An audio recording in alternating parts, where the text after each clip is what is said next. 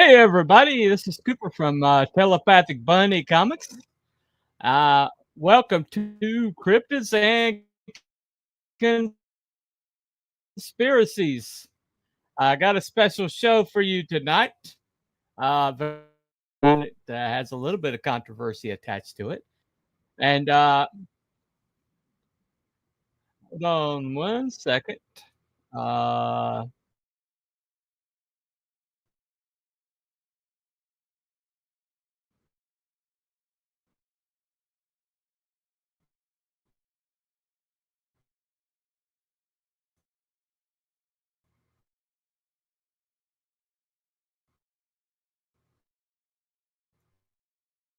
One second.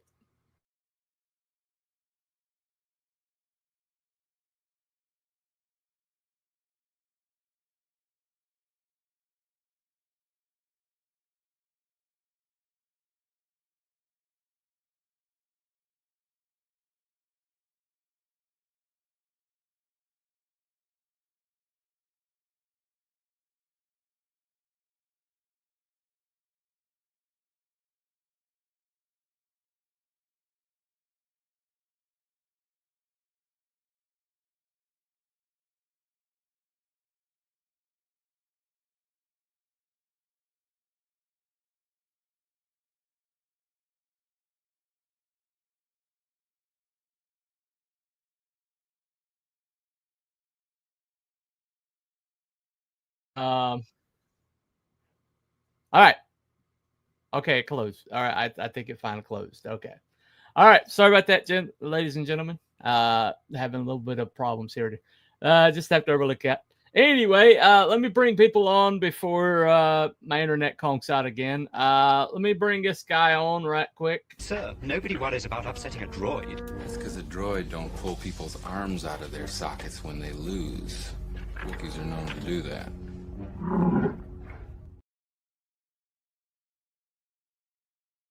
Hello there.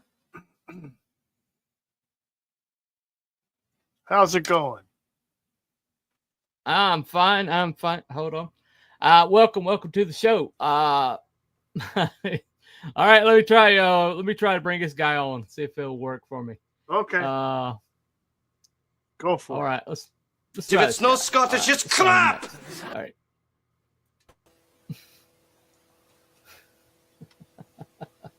I'm biting my nails. Waiting in case anything conks out. It's like, whoa. It's like, what the heck?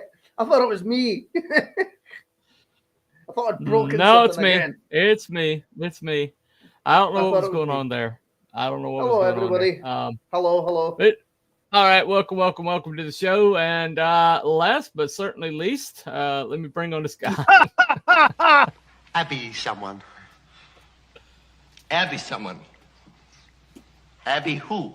Abby normal. It's fake, fade to black, raw credits, industry. Eh,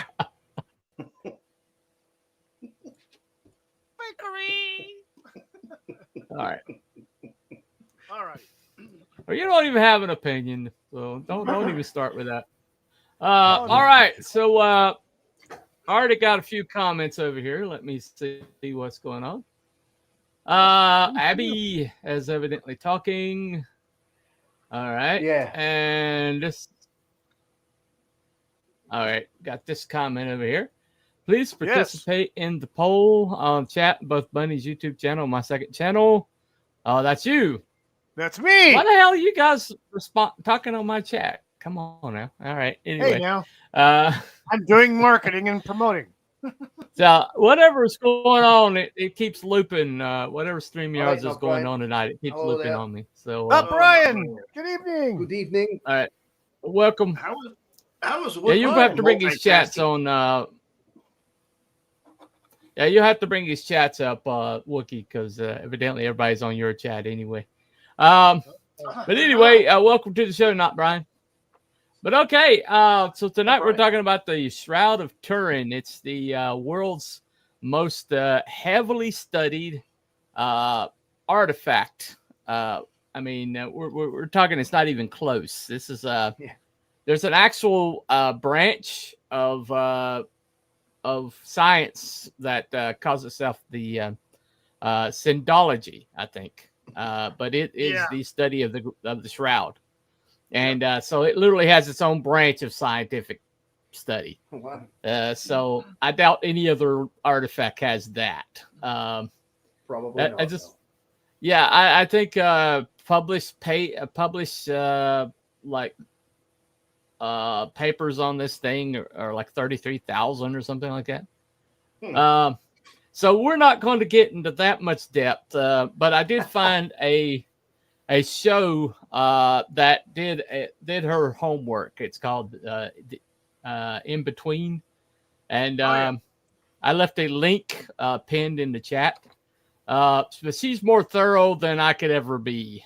So we're going to do a lot of her clips tonight, plus one from Pints with Aquinas, talking to an actual syndologist. Okay. All right. And then I have a couple more. I have a video of an actual recreation of the shroud in physical. Somebody actually physically made a Jesus based on the shroud. So anyway, so what we do know, what's well established, is that the shroud first, like officially, showed up in, let me get the exact date. It showed up officially in 1354. So that's when the provenance officially starts. But the church words, or the church history, is that it was taken from Jerusalem and all the way to Antioch, and then from Antioch it found its way to Constantinople, and then a French knight who happened to be one of the Knights Templar, named Geoffrey de Charnay. He came into possession of it somehow, and so remember that date though, the 1389, because it's going to come up again.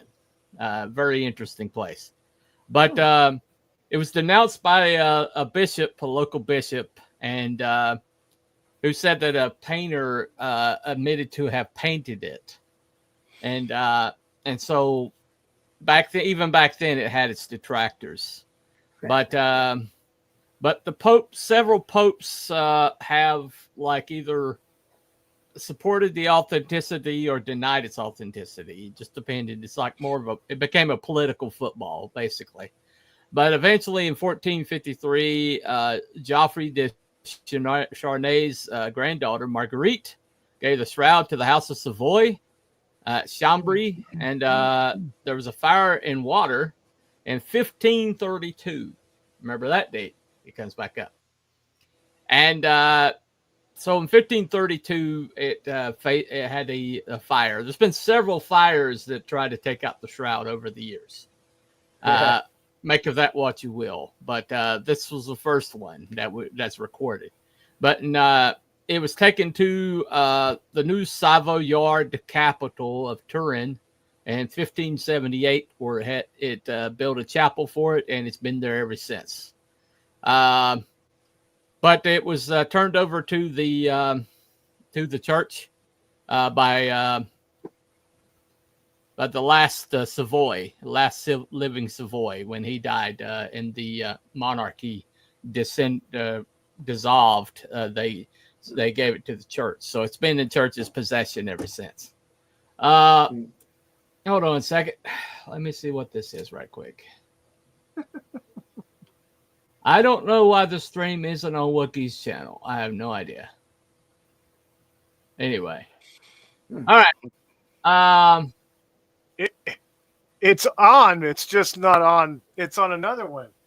If they follow the link off of Twitter. Okay. All right. They're in there, but yeah, I don't know. Okay. Well, all right. Well, that's most of our eyeballs are usually on your channel anyway. Darn, it means time. I won't have time profit in my chat. Rats. I don't. Anyway. Tell us how you really feel, buddy. I did. I'm really disappointed. Can't you hear it in my voice? The disappointment, the anguish. So anyway, but I mean, tonight would have just been a wonderful time for Time Prophet to be, denying the presence of Christ. Anyway, all right. Yeah. So I am actually disappointed, but all right. So now. There is a definitive what's called provenance. When I say provenance, I mean it's well established that this went from this person's hands to this person's hands to this person's hands. When you're trying to date an artifact or a painting or a work of art or whatever, provenance is how you trace it back to the source. And the closest you can get back to the source, the more legitimate it becomes. And so when people are like trying to say if something is real or not, they're looking for provenance. Okay, that's what the word means.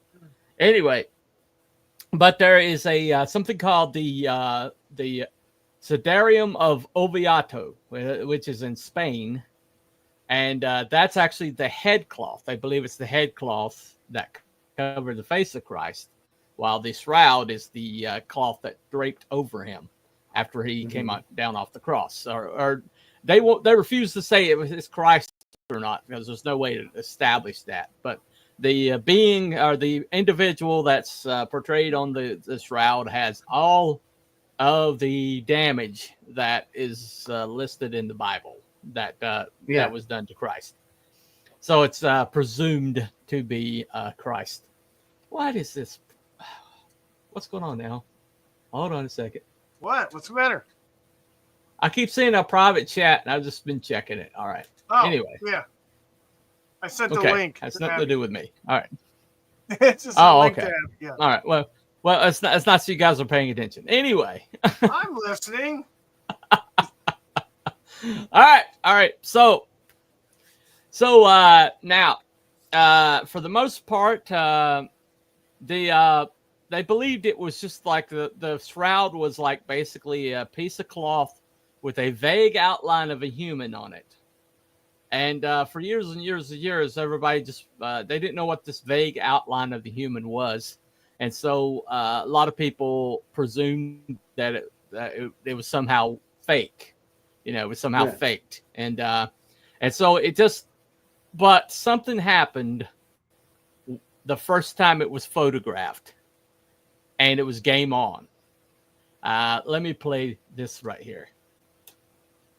Now, this piece of cloth is pretty much treated as just a matter of faith, just like all of the supposed bits of the cross you find in churches everywhere, until an accidental discovery in 1898.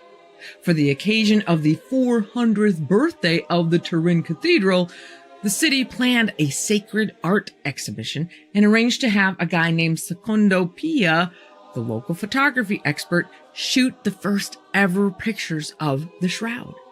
When he goes back to his darkroom later that day, he gets the shock of his life. Instead of a mostly brown negative image of the mostly yellow piece of linen, his negative reveals not just a full face, but a full body full of visual detail that had never been seen before. Of course, tons of people said he either didn't know what the hell he was doing, or worse, that he faked it. Until another professional photographer named Giuseppe Henri also took photos of the shroud in 1931 and got the same result. The result of both of those photographs is the realization that when looking at the shroud, we are not looking at a positive image.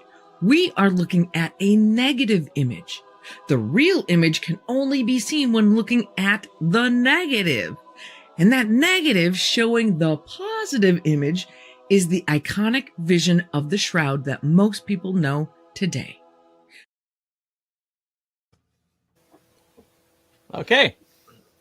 Now, me and Craig had this discussion last night. Can you imagine this dude taking a picture of a vaguely stained piece of cloth that everybody said is sacred, and then going into that dark room and seeing that image pop out. Yeah, it's quite the experience, I'm sure, for the first time. Right. You know, he's got the negative, and it's like he sees that. You know, that's what he sees. Right. And I what wonder he if he said, discovered. holy shit. Yeah, I'm serious. I mean, He probably did. Holy well, shit. I mean, it turns out the shroud is actually the negative, and Right. so when Yeah. he took the picture, it It reversed. became, yeah, Yeah. the positive. And so, I mean, talk about a holy crap moment. I mean, it's like you just think. I think it said later that he wasn't even a believer, and so he's just like doing this was a job. This was like a 9 to 5 for him. Take a picture. You know, photography is brand new. No, you know, it's like very novel. Very few people studied it, and so I'm sure. yeah. There you go. He did. Holy Christ! It is Holy Right. Christ. What? Well, Yeah. I mean, but after the, you know, he takes it in that dark room, and then you know when he puts it through the chemicals, and suddenly it's like, bam. Well, And it's go ahead. there was the second photographer too, back 40 Yeah. years later. 35, Yeah, 40 it years was 40 later. years before they even Same let thing. it be photographed again. Yeah. And the And it's second same guy, result. yeah, that second guy's like, you know, oh, that first guy, I don't know what happened with him, and then he took a picture and it's like, okay, yeah. You know, I mean, you know, it just seems a little too elaborate that they've set up this huge hoax that years later people are going to invent photographs, and the only way Right. they're going to discover this is with the negative. I don't think well, so. actually, there's people that tried to argue that, and they said it because they tried to say Leonardo da Vinci did it, and somehow, you know, as brilliant as he was, and I mean, somehow they made him out to be the most brilliant human being has ever walked because he somehow figured out how to do a photo negative decades before. I mean, not Right. decades, but hundreds of years before. And they were showing the shroud over 100 years before he was born. And so how he managed that, I have no idea. But there's people that argue that. All right. Let me look at these comments over here. Right, B Dog, how's it going? Oh, okay. All right. Okay.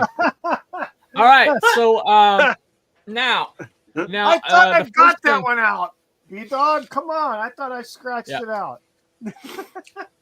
Okay. Hello there. So all right.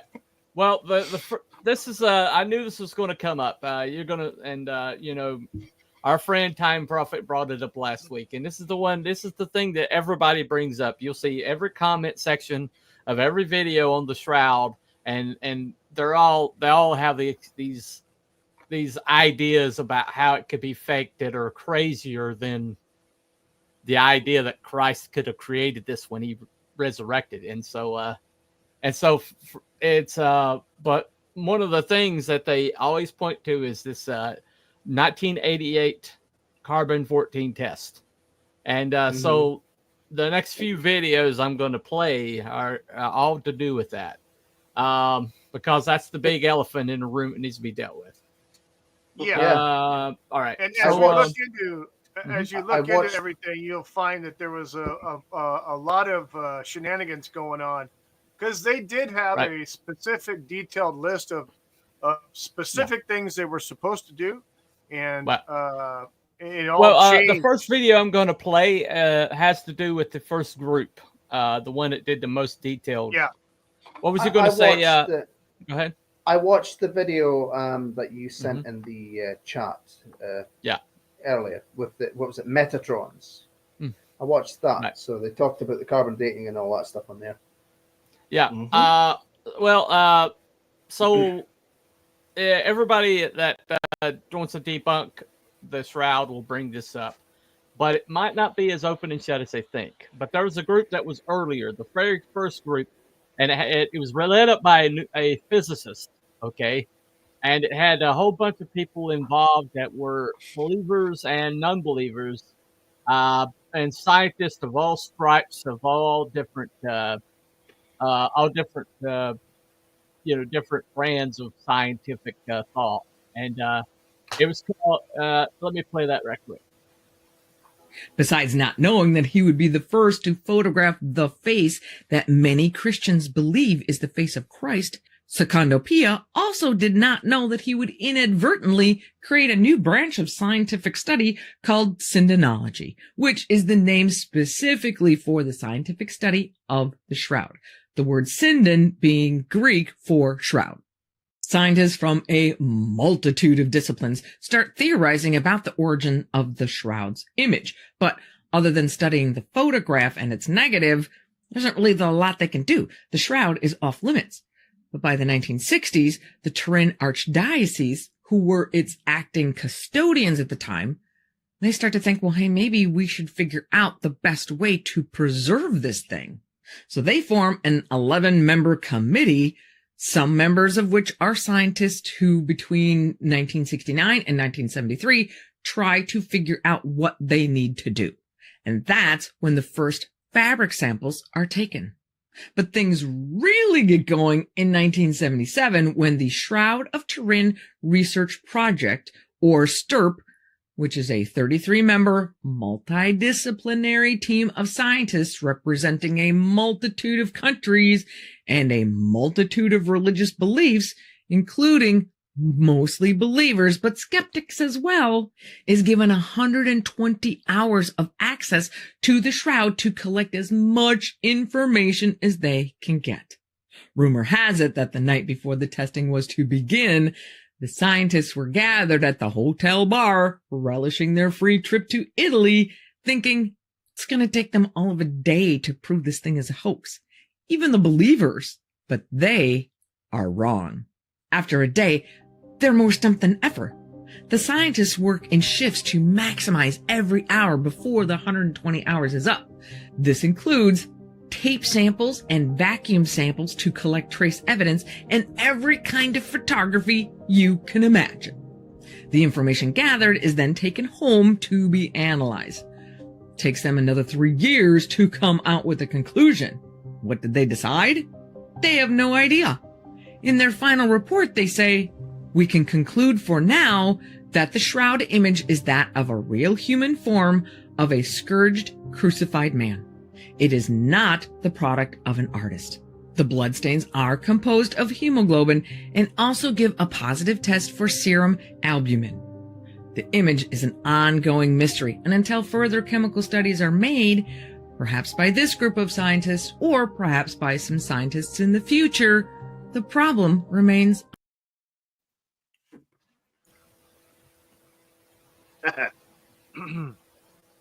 Well, the problem remains. Bunny, you're muted. I cannot hear you. I know. I'm trying to get it unmuted. Okay. All right. So that's the first group that gets a look at it. Now, the reason why there's such a scant group of evidence is because the diocese is so terrified that this thing's going to deteriorate that they are really carefully trying to limit people's exposure to it. The last time it was even seen in public was 2018, and so it's before that was 2015 and 2018, but it hasn't been seen since. So they're very, very careful with it. Go ahead. They got it encased. They got it encased in a sealed case with bulletproof glass and with argon gas inside to help pressurize it to keep it from deteriorating. Right. So they put some money out to protect it. That's for sure. Yeah, definitely. Yeah, definitely. Well, okay.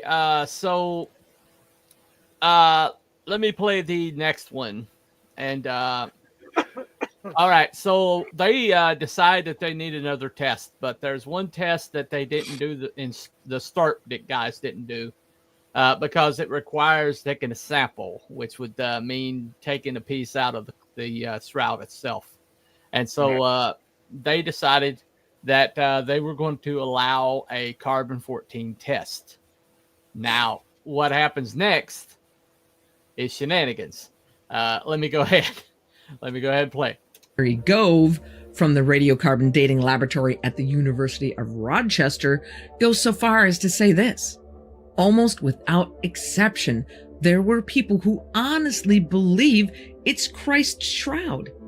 It's a well-known fact that scientists can produce whatever result they want. If you believe that passionately in something, you can steer the results. My God, we've all been guilty of that.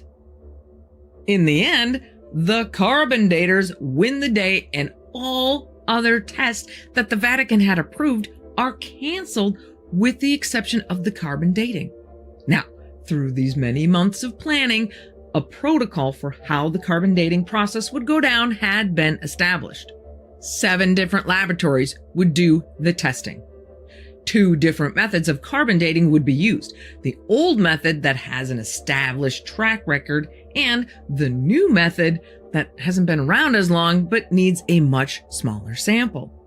The test will be supervised and coordinated by Dr. Michael Tite of the British Museum. Samples of the shroud will be taken from at least 3 different spots. The STURP team, who practically know every fiber of the shroud already, will be the ones to decide where the samples will come from and do the cutting. Each laboratory will test 3 samples, 1 of the shroud and 2 other control samples of different ages. Only the test supervisor will know the age of the control samples, so he can check the accuracy of each laboratory's dating process. It's a blind test. The samples are all going to look alike, so that laboratories running the tests won't be able to tell which sample is the shroud and which are the controls. The laboratories are to maintain strict secrecy, not tell anybody about the results except anyone authorized by the British Museum. All the labs will do the tests at the same time and without exchanging information. 3 institutions, the British Museum, the Meteorological Institute of Turin, and the Pontifical Academy of Sciences, will be the ones to analyze the results. And finally, after the results have been analyzed, the analyzers will meet with the radiocarbon labs to make sure that they all are in agreement, then communicate those results to the Vatican. That seems pretty thorough to me, but it takes about a hot minute for things to start unraveling. First, the STURP guys are suddenly cut out of the loop. Someone else is going to choose the locations and cut the samples. Then, the Vatican decides it's only going to be 1 sample instead of 3. Then they decide to use only 3 labs instead of 7. Of which the University of Rochester is not one. Sorry, Harry. And they're all going to use the newer, less established of the 2 carbon dating methods. Well, aren't we off to a great start? But on April 21st, 1988, test supervisor Michael Tite, people from the Catholic Church, people from the 3 carbon dating laboratories, which, if you remember, end up being Oxford University, the University of Arizona, and the Swiss Federal Institute of Technology, photographers, and a camera crew who are there to document the entire operation, all gather at the Turin Cathedral. 2 textile specialists are chosen to decide from where on the shroud the sample should be taken. One of those experts points to the blood stain caused by the wound in the side and asks, "What's that large brown patch?" Eventually, they decide to cut a piece from the corner, like the corner that has been grabbed and stretched by probably dozens of different people over the years of exhibitions. The corner that is also pretty close to the area that's been burned away by the fire in 1532 and stained by the water used to put out that fire, which most likely left nice little deposits of dust, blood, and other contaminants. The textile experts pick the worst possible area.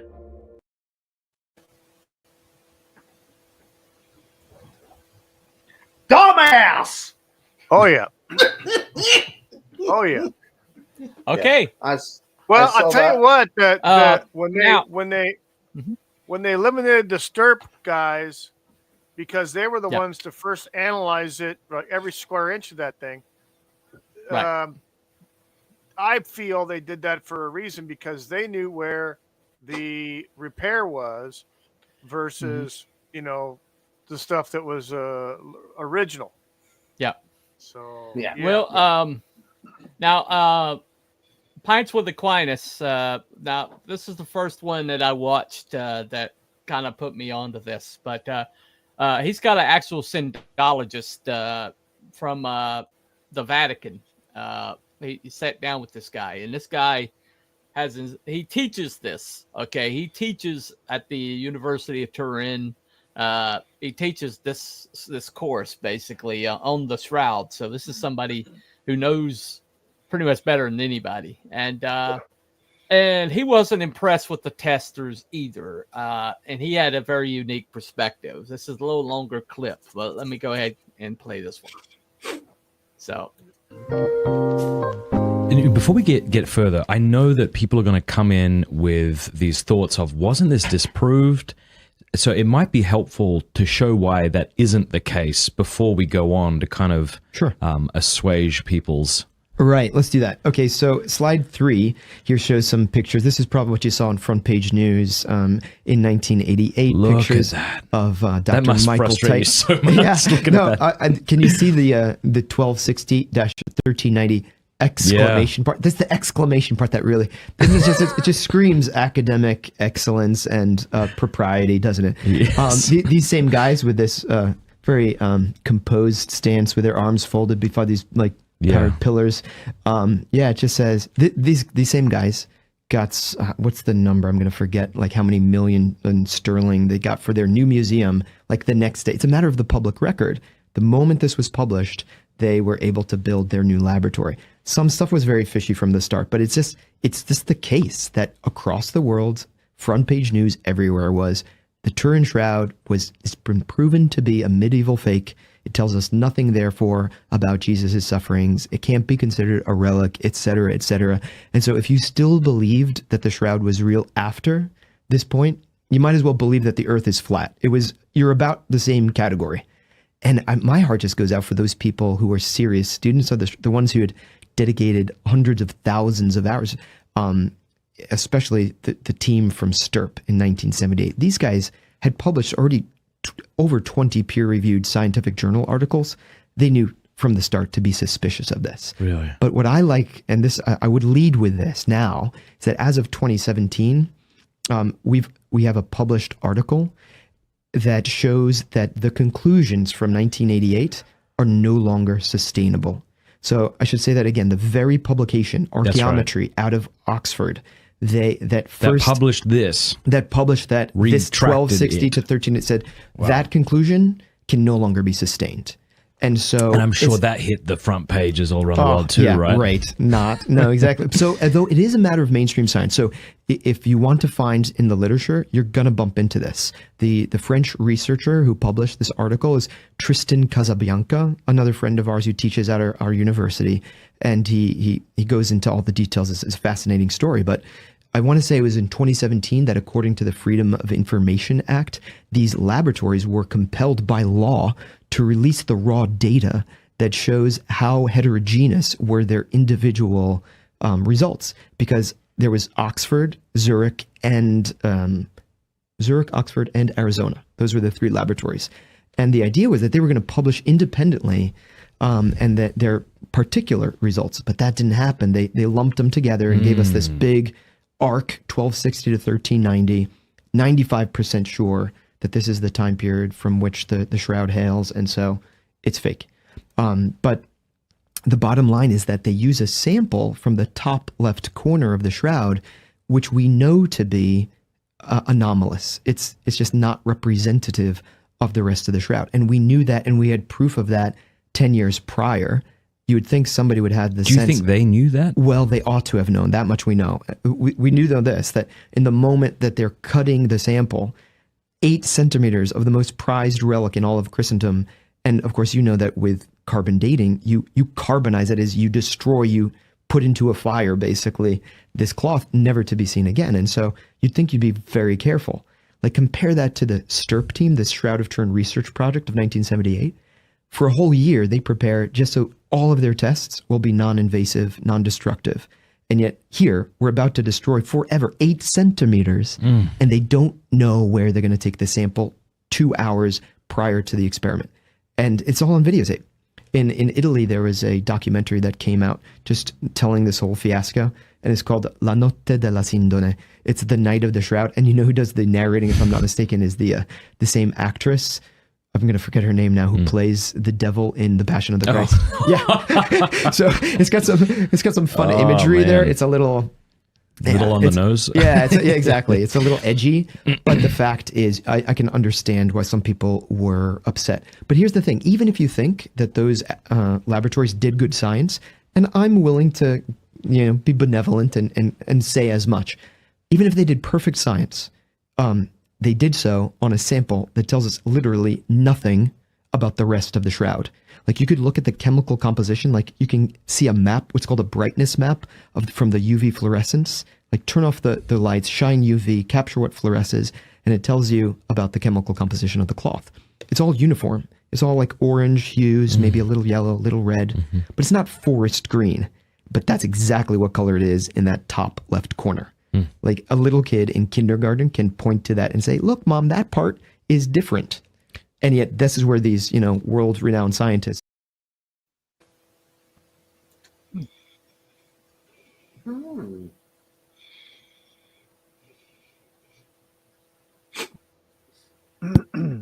There. All right. There you go. The gentleman in the said that it's taken from the body, but no, it wasn't taken from the body. It's on camera. It's well documented. They took it from that top left corner, which they knew, the STRP team knew, had a different fluorescence than any other part of the shroud. That's right. Which, they did a fluorescence on it, and it the repair portion, that corner specifically, was completely different in its illumination than the rest of the shroud. Any of the parts that were repaired were different or had no reflection at all. Well, there's a guy. This couple was looking at the photos of the shroud, and they noticed something because they were into textiles. Both of them were like weavers, okay, and they noticed something different about that top part.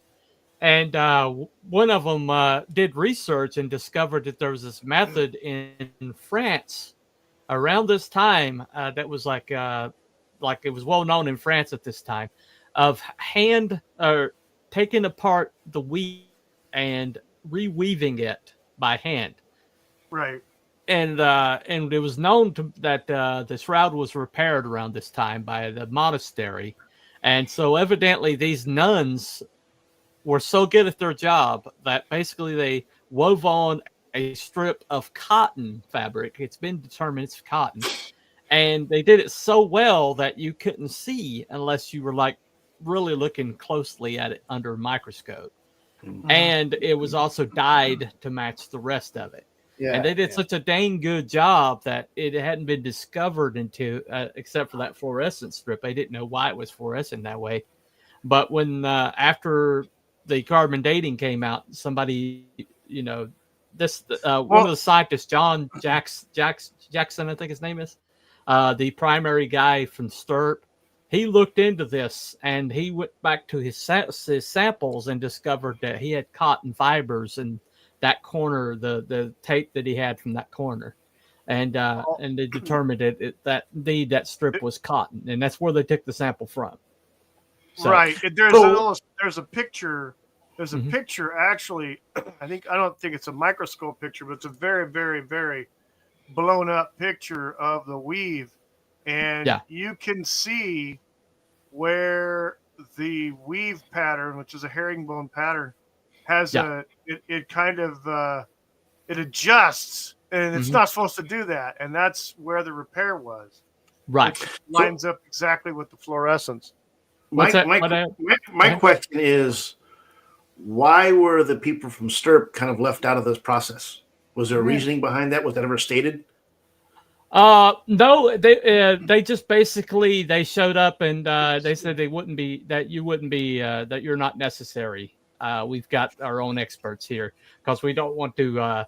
I think they said that they didn't want to bias the process by those guys being there, and so they were shut out of it essentially. So in other words, they biased the process by leaving out the guys who actually knew it, right? Yeah. But now we want to get everybody can say a lot of things about the carbon dating and everything like that, and they have actually they refuse to give all their data. Now, when you do a test, you're supposed to publish your whole entire data set, even the stuff that's analogous, that doesn't seem important. You have to have a proper study done. You have to basically publish your whole entire data, including the things that don't back your premise. Positives and failures.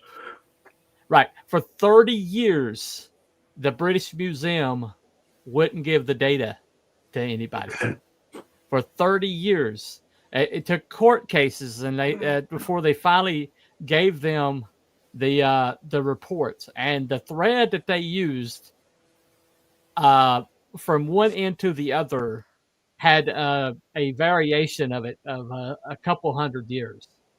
So like this end had a couple hundred years different from this end over here, but those if you have a data set that's that desperate, you're supposed to redo the test in most circumstances, and they did, and that's why they've published the results as being unsupported. They're not able to support it anymore, and that's them saying that. It's not the church saying that. That's them admitting that they can't support the findings anymore, and yet that's not been published anywhere. Nobody talks about it. Okay. So for whatever reason. Now, the thing that sets the shroud apart, and there's a lot of things we could talk about. We could talk about the spores on it. We could talk about the blood having bilirubin in it, which is only present in the blood from somebody that's been tortured to death, basically, and other things like that. But the thing that always blows my mind, let me play this clip right quick. Now, I told you at the beginning of all of this that I was saving the best for last, and I am about to make good on that promise. I know this is going to blow your mind because it is absolutely blown mine.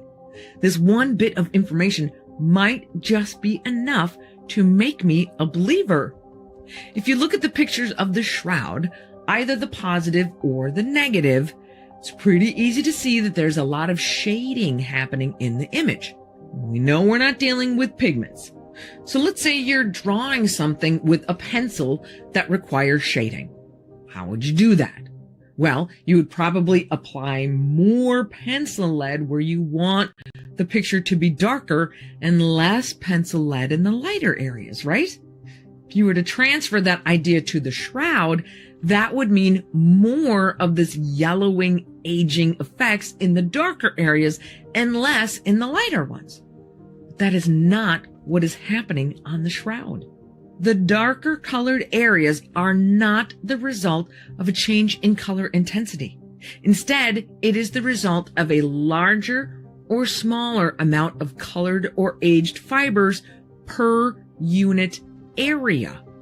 It's called the halftone effect, and it's the same way newspapers used to print pictures before the days of digital printing. I don't even know how to wrap my head around that one. So what on earth, or maybe beyond Earth, could do something like that?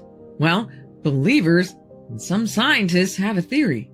They are speculating that if you follow biblical teachings about the resurrection, perhaps there was a massive particle radiation burst from whatever was lying inside those layers of cloth, changing the very molecular composition of the shroud fibers.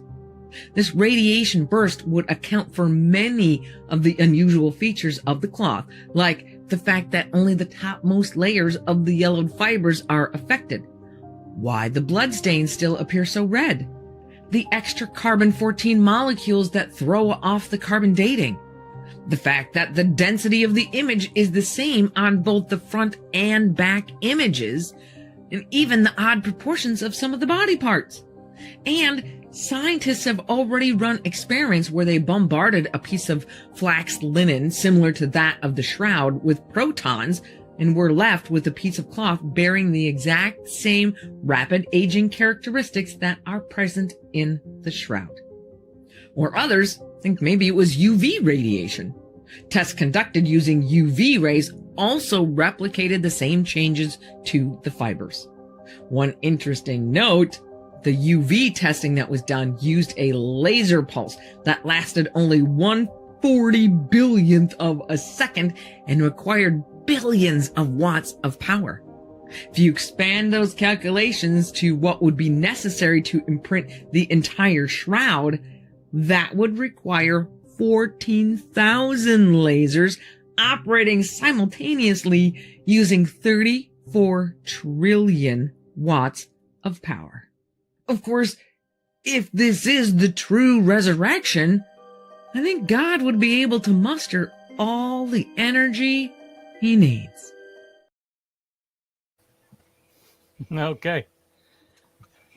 That one, that particular bit of it, you can talk about the radiocarbon dating and all that stuff, but how the image was created, that one, that's the one that they never seem to have an answer for.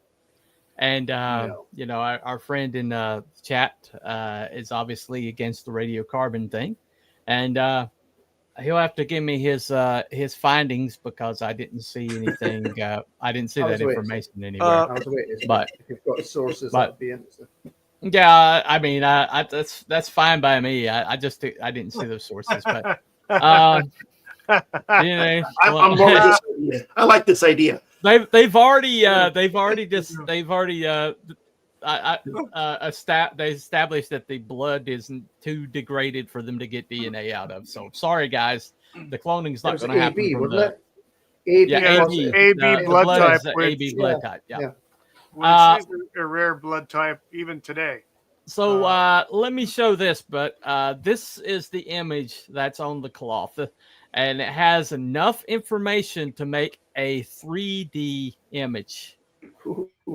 So somehow this incredible creator or photographer or something from way back in 1300 or something found a way to encode 3D image onto cloth, which to me is even more far-fetched than the whole resurrection thing to me.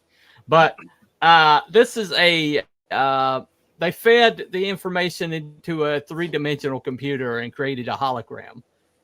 This is the result. Let me play it right quick.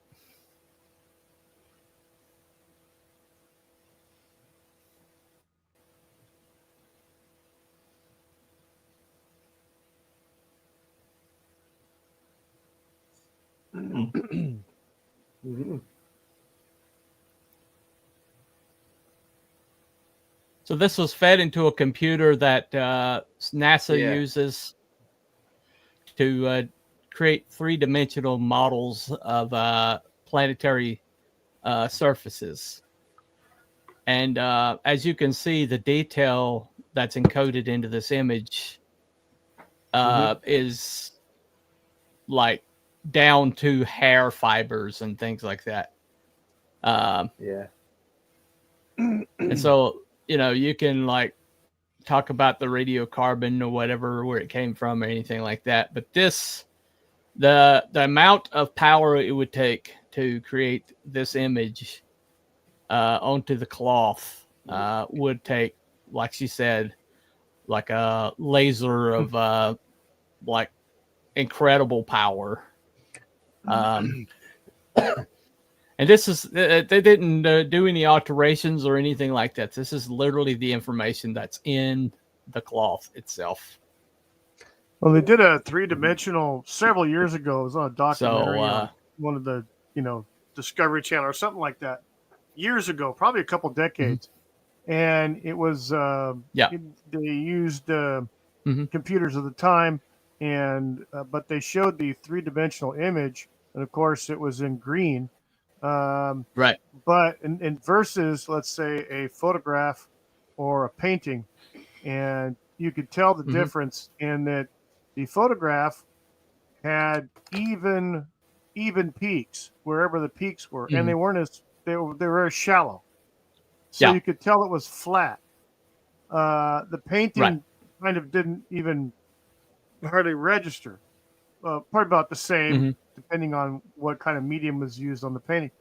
But when they put the image of the shroud in, it actually produced a 3-dimensional image that showed peaks and valleys, that showed a difference in the height of the nose in comparison to the rest of the face, that actually formed an almost skull-like appearance on it. Not, given the time that was done in the late 90s, mid 90s, whenever this was, that they did this original 3D stuff in green, it wasn't perfect, but it was not a photograph and it was not a painting. This is something that actually, for whatever reason, the painting hypothesis has been disproven. There was a chemist that was part of the original start who left the project, handed all this stuff in, that said that there was pigment on the canvas, but later on it was determined from different studies and things like that if you were to collect the amount of pigment that might have that was on the canvas, you would need a microscope to see it. So there was some pigment on it, but it was like microscopic amounts. This guy made himself pretty much a nice little fortune selling this and going around and with his debunked Shroud debunked book. Everybody who debunks the Shroud seems to make a pretty penny. Seems to have pretty good funding. So make it that what you. In terms of how the picture got there or what have you, I don't think, I could be wrong, my history could be all jumbled, but I don't think they had superpowered lasers back then. I don't think they did. I don't think so. That's why it was aliens. Aliens came down and did it.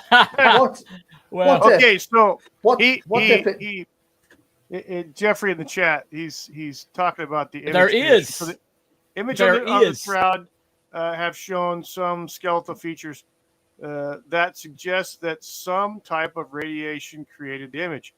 Yes. And it created actually from internal organs inside. It created it from inside right. and radiated outward both directions. We're actually in a spherical form to create this, image on the Shroud. Well, nobody in one the of the 1300s had that technology, and they sure as shit didn't have it in Jesus' time either. Well, one of the people that is one of the Shroud people that goes around is a nuclear physicist. He literally has been a nuclear physicist for a living, and he does this on his off time. He's talking about the way the power, the amount of energy that it would take, and people misunderstand what nuclear or what radiation means. Okay, radiation simply means power that bursts forth or is radiating from something. Heat radiates. Heat radiates. Normal heat radiates. Light radiates. Light is radiation, right? Yeah. So all they know, and this was when I watched him today, was that an intense light that had no heat to it somehow created this imprint onto the cloth. Because if you look microscopically it's not even every thread. It's like the fibers every few Yeah. fibers, right? It's Right. not even the threads, it's the fibers, right? And it's like they can't recreate it. They can recreate the effect with a laser, but they can't really recreate that kind of image on a cloth like that. So even we the all know people who that are did this. skeptics, right? Well, we all know who did this. It was okay. Prehistoric Park Horse. There you go. All right. Yeah. I knew we were going there. Aliens. I knew we were going there eventually. But anyway.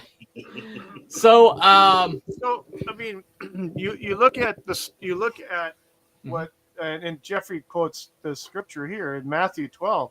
It says Jesus predicted a sign about the duration of his burial. It would be for less than 72 hours. So, actually, it's actually been determined it's less than 36. Yeah. Because you think okay, so 30 less than that. Okay, so a day and a half.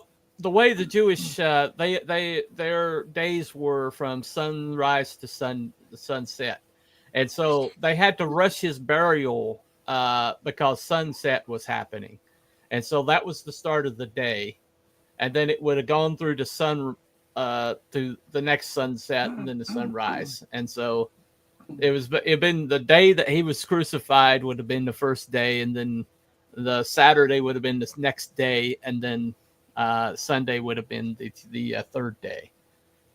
Yep. Images on Shroud removed less than about 40 hours after his death. Yeah.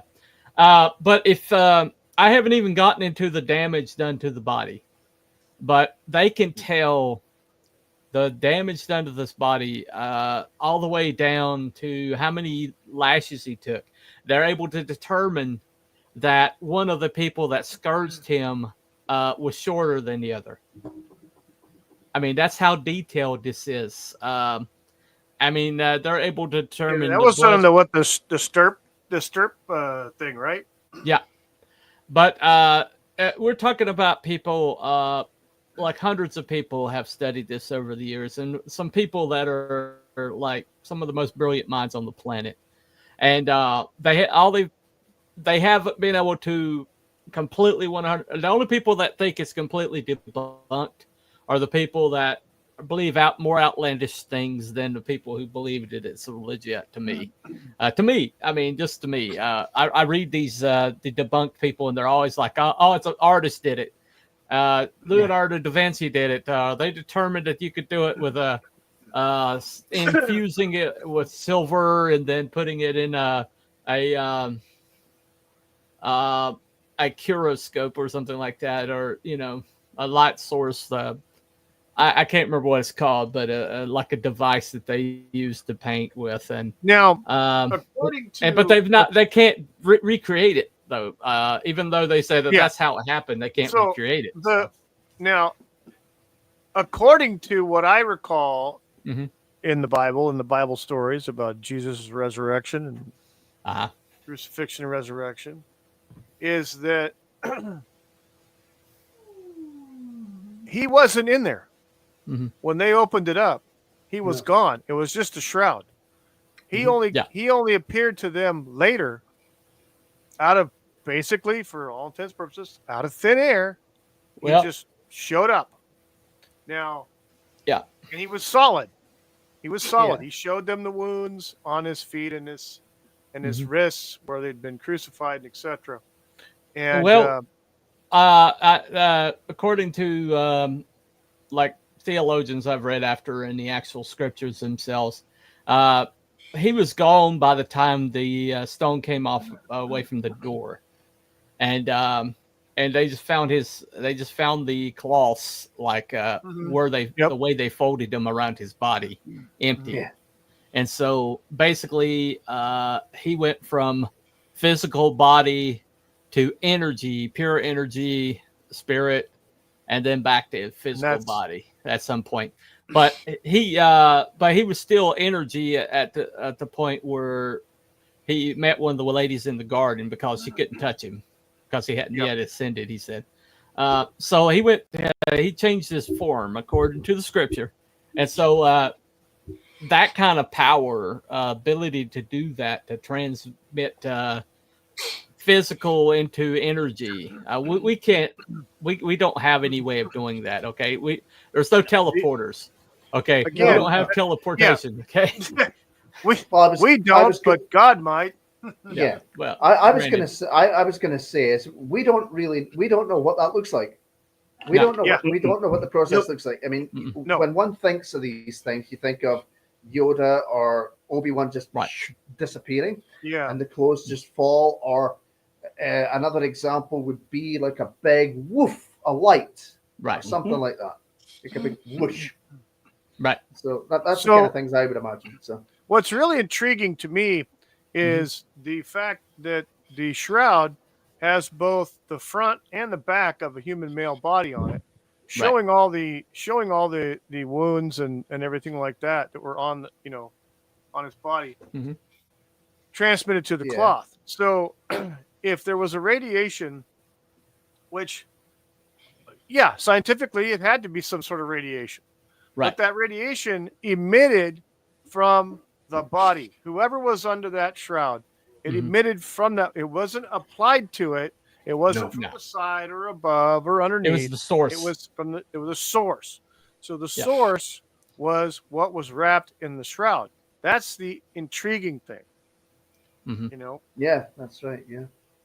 Well, and so you can say a lot of things about the the radiocarbon and all that stuff, or some of the ancillary information, but how that image got on the cloth is the thing that's always like baffled even the most skeptical people, is how that happens.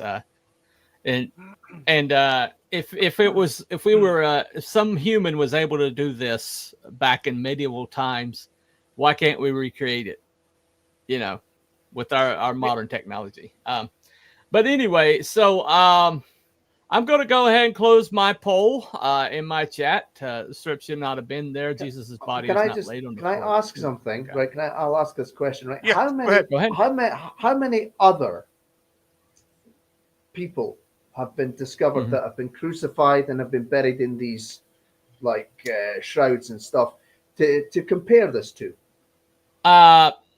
They didn't. From my knowledge, most of no. the times they weren't Yeah, I buried. haven't Most heard of the of times they were just stuck in piles, and Right. they were like executed by the Romans. They were basically not given the dignity of burial for the most part. I see. But in this case, Pontius Pilate was asked by two influential Jewish people to take the body, and Pontius had a soft spot for Jesus. He tried to save him. He tried to get him Yeah, he does, didn't he? Yeah. all the way to the end. He tried to save him, but then he just washed his hands of it. But when they came to him wanting the body to bury, then he allowed him to do it. And it was the linen was a rich cloth, a rich man's cloth. It would not been available to a poor person, and that would been Joseph Arimathea had a lot. Was very wealthy, so it was buried in his tomb. Rich people had tombs.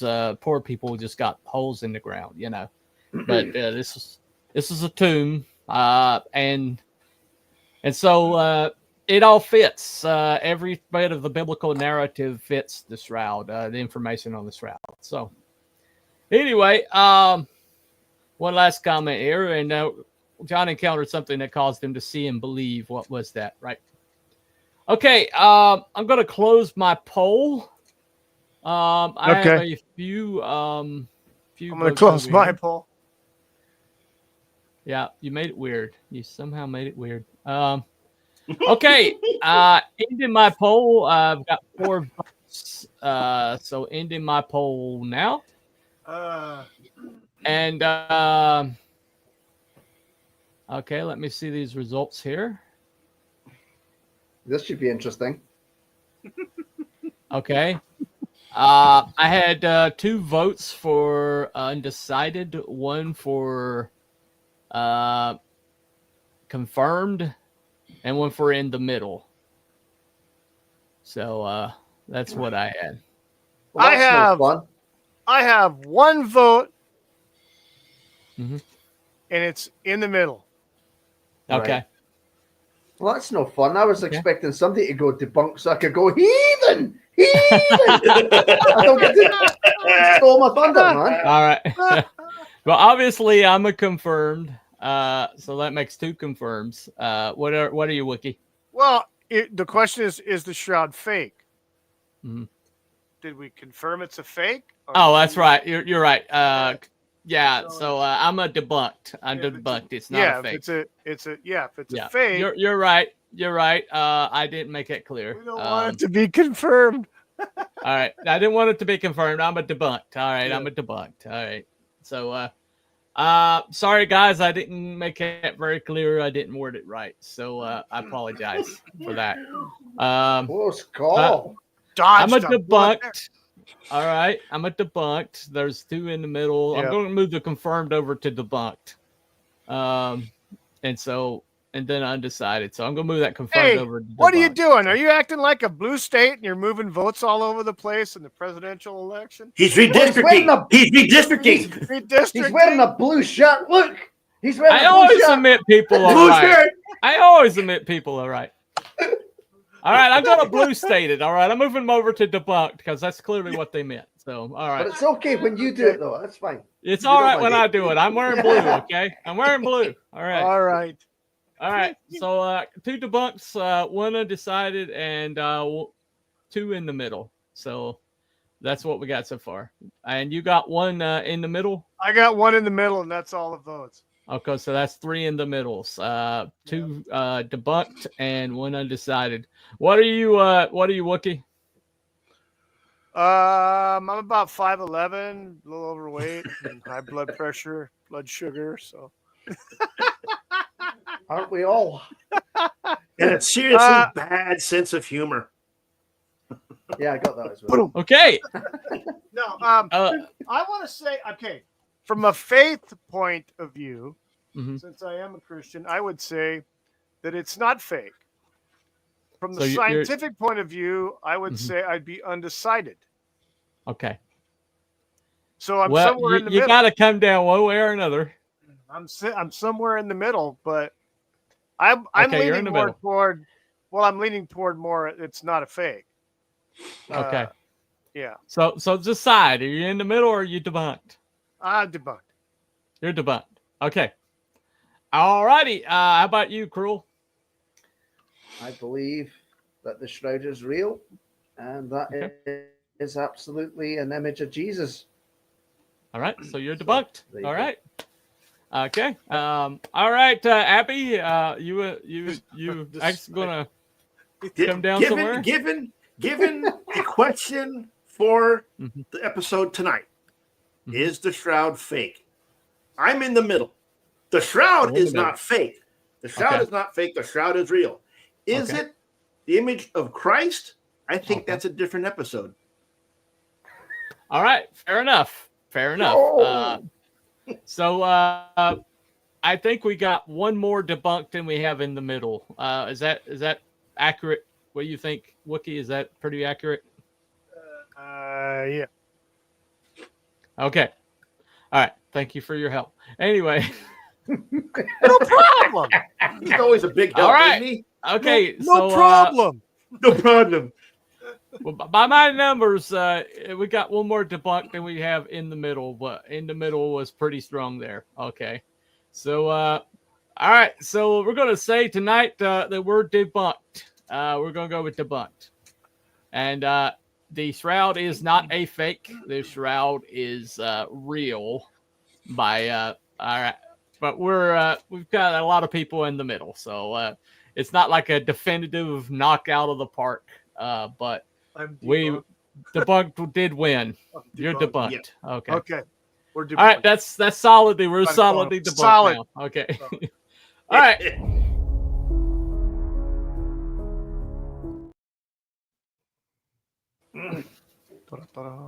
Thank you, B Dog, for just breaking that. Nice one, B Dog. I put him in there with the clutch pitch. All right. Thank you for coming, Jeffrey. We Yes, we yes. didn't agree, but you were very Thank everybody in the chat. you were very respectful with your Well, opinions, and we definitely This is what appreciate this it. show is supposed to be about: the gathering of opinions. He put forth a very good argument. Yeah. No question about that. Well, I'd like well to see. done. I'd like his information if he wants to leave that in the chat before he goes. You know, yep. And Because I didn't see that pointing out information exactly anywhere. what I was So. pointing out was confirmed. Yeah, it's right. I get it. I get it. That's We, my fault. I have admitted my fault that I screwed up there. And so, all right. So we're going to head on out here. Thank you all for coming to Cryptids and Conspiracies. Thank you to thank the you, everybody. Park Horse for showing up and making me lose years off my life as usual. Anyway, that's just because you know Wookiee. That's all. That's the only reason for that. Oh, okay. All right. Fair enough. Fair enough. All right. What's your show for tomorrow, Wookiee, that you got running? Well, tomorrow's show on the weekend review, which will be on my main channel, Mm-hmm. we're going to talk about like some of the things that's been happening since the inauguration, since Monday. Oh yeah. It's a whirlwind of couple of- all kinds of different things going on. And the best part about it is Trump did it in people's faces. Newsom, the mayor of LA, the representatives in LA, all of them got bitch slapped. Mm-hmm. And I loved it. It was great. And the governor So of we're North gonna be talking Carolina, about too. a bunch of stuff. The governor of North Carolina, Yeah. too. Oh, So. Well, yeah. We're going to talk about the insurance companies in North Carolina because that was brought out too. Yeah. Big time. Yeah. And they don't like that. Well, They're trust me, crapping Western North Carolinians are all on the Trump train right now. yeah. All the people that I know were quite, except for Asheville. Asheville, they're so blue that Yeah. there ain't But moving the them. thing There is- ain't no moving them. The thing is that all the shenanigans that are going on that have gone on, Mhm. the shenanigans that have gone on are now being exposed big time, and it's I being think I- broadcast. And that's He the hasn't great got thing. his people in yet. So once he No, he gets his hasn't got all people of them in, He's got some of the main ones in right there. well, he's got Hexus. He's I think Hexus, Rubio. Hexus is, and Rubio are the only two that I know of. Who else no, did he get in? The CIA guy. Radcliffe. Okay, And the Ratcliffe. CIA guy and immediately Nome. immediately- Christy Nome was in too. and All right. Nome, the Mhm. CIA guy, and the CIA guy immediately fired everybody in the DEI department. Yeah. Closed it down. Yeah. Gotcha. Uh, Gotcha. Wait. All right. Oh, yes. Let's That talk about sounds like fun. Prophecy Pope. of the Popes. All right. I don't know anything about that, but I think next week is going to Neither be. do I. Well, evidently, Right. Jeffrey's got his own channel. If you want to go check that out. Oh, there we go. Uh, Cool. Yeah. Okay, there we are. Yeah. There we go. Yeah. Check that out. All right. Check that out. All right. Awesome. Thank you. Jumping on there. Well, thank you all for coming. We will see you. I guess Wookie will see you tomorrow, and I'll see you Monday. So y'all have a very good weekend. Follow the White Rabbit, and we'll see you next time. Bye everyone. Bye, everybody. All except Bye, for everybody. Cruel, who's probably going to go to bed now. So, Yeah. Yeah, it's tomorrow. Very already. soon. Very for cruel.